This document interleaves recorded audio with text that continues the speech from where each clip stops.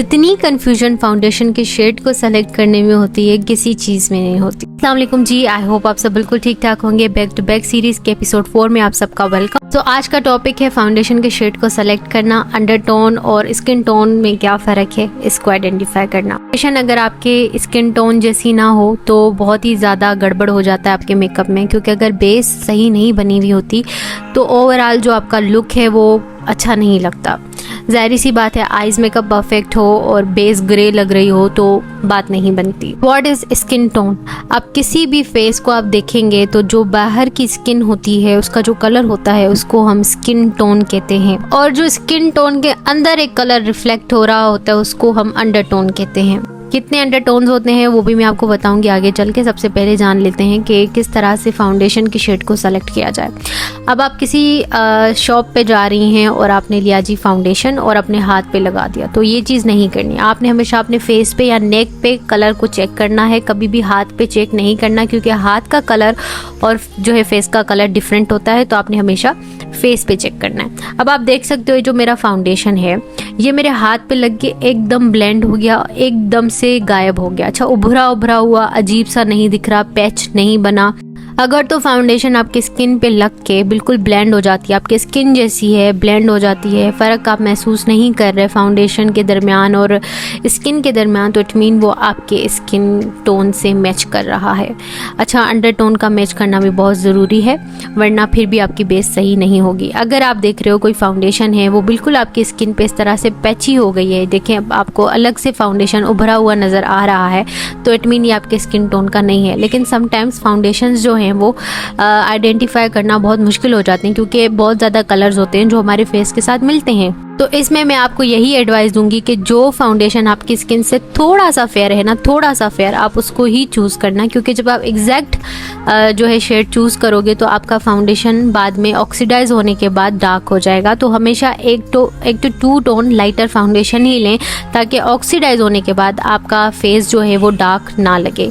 सो आप देख सकते हो कि ये फाउंडेशन, ये बेस जो है वो किस तरह से मेरी स्किन में गायब हो गई। तो इट मीन ये डिट्टो जो है वो मेरे स्किन टोन से मैच कर रही है। लेकिन अब ये कलर थोड़ी देर के बाद ऑक्सीडाइज हो जाएगा, इसलिए मुझे इससे 1 to 2 टोन लाइटर लेना है फाउंडेशन, यानी सफेद। अब आपको 3 तरह के अंडरटोन वाले लोग मिलते हैं। एक होते हैं जी वार्म अंडरटोन वाले, दूसरे होते हैं कूल अंडरटोन वाले, और तीसरे होते हैं न्यूट्रल अंडरटोन वाले। ये अंडरटोन क्या होती हैं और कैसे आइडेंटिफाई कर सकते हैं कि आप कौन से अंडरटोन के हैं, इसको जानना बहुत जरूरी है बेस के शेड को आइडेंटिफाई करने के लिए। सबसे पहले बात कर लेते हैं जी वार्म अंडरटोन वाले। वार्म अंडरटोन वाले ज्यादातर जो एशियन, साउथ एशियन स्किन है ना, वो वार्म अंडरटोन की ही होती है। इनकी जो वीन्स होती हैं हाथों की वो क्या होती हैं, ग्रीन होती हैं, ठीक है।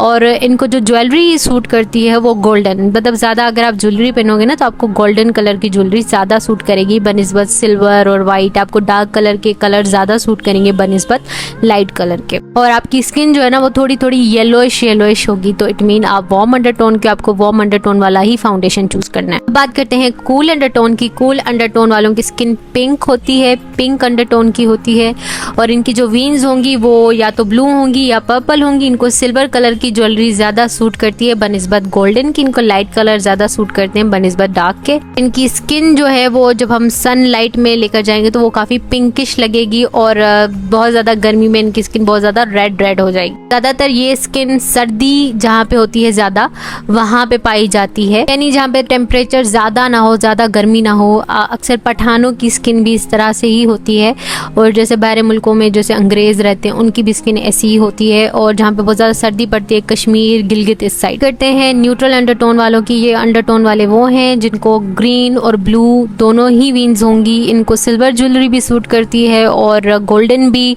इनको डार्क कलर भी सूट करते हैं और लाइट भी। अक्सर लोगों के ग्रीन ज़्यादा वीन्स होती हैं, पर्पल कम होती है, तो इट मीन वो वार्म न्यूट्रल हैं। अगर किसी की वीन्स ब्लू या पर्पल ज़्यादा हैं और ग्रीन कम है तो वो कूल न्यूट्रल हैं, ठीक है। अगर दोनों मिक्स हैं तो आप जो है वो न्यूट्रल अंडरटोन हो। अगर आपको येलो टोन वाला फाउंडेशन लगाया जाए तो वो भी सूट करेगा, और अगर पिंक भी लगाया जाए वो भी सूट करेगा। इसी तरह से जी आपको फाउंडेशन के अंदर भी अंडरटोन्स देखने को मिलते हैं। समटाइम्स हम अपनी स्किन के मुताबिक कलर ले भी आते हैं, लेकिन वो हमारे अंडरटोन को मैच नहीं करता। इस वजह से भी बेस की जो एप्लीकेशन है और जो अपीयरेंस है वो काफ़ी अजीब लगती है। तो आप देख सकते हो कि ये वाला फाउंडेशन जो है वो येलो अंडरटोन का है, इसके जो बीच में है वो न्यूट्रल है, उसके बाद वाला भी जो है वो न्यूट्रल टाइप का है, पिंक अंडरटोन येलो दोनों मिक्स हैं। तो आपने इस चीज़ को ध्यान रखते हुए ही चीज़ें करनी है। समटाइम्स क्या होता है कि बहुत ही क्लोज होते हैं शेड्स हमारे स्किन के, जैसे ये सारे के सारे ही मेरे स्किन से मैच कर रहे हैं, लेकिन अब ये जो है ना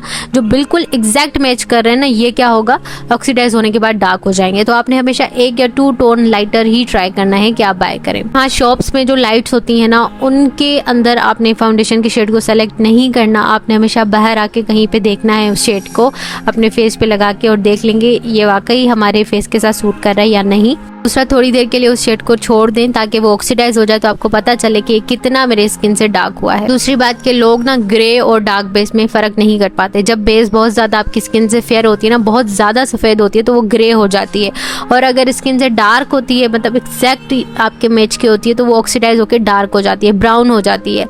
तो ग्रे तब होती है जब बहुत फेयर होती है, और डार्क तब हो जाती है जब या तो एग्जैक्ट मैच होता है या आपकी स्किन से डार्क शेड होता है। इस सिचुएशन से आप कैसे बच सकते हैं कि आपने एक फेयर बेस लेनी है और एक अपनी स्किन जैसी फेयर बेस आप हमेशा अपनी स्किन वाले शेड के साथ मिक्स मैच करके यूज़ करेंगे, तो वो ग्रे भी नहीं होगी, डार्क भी नहीं होगी, आपकी स्किन जैसी रहेगी। तो फिर आप कॉम्पैक्ट पाउडर थोड़ा सा लाइट ले लें और बेस जो है अपने स्किन जैसा ले लें। कोई ना कोई एक चीज़ आपने लाइट रखनी है और एक चीज़ अपने स्किन जैसी रखनी है। That's it. Yes, it was for today. अपना ख्याल रखिए। अल्लाह हाफिज़।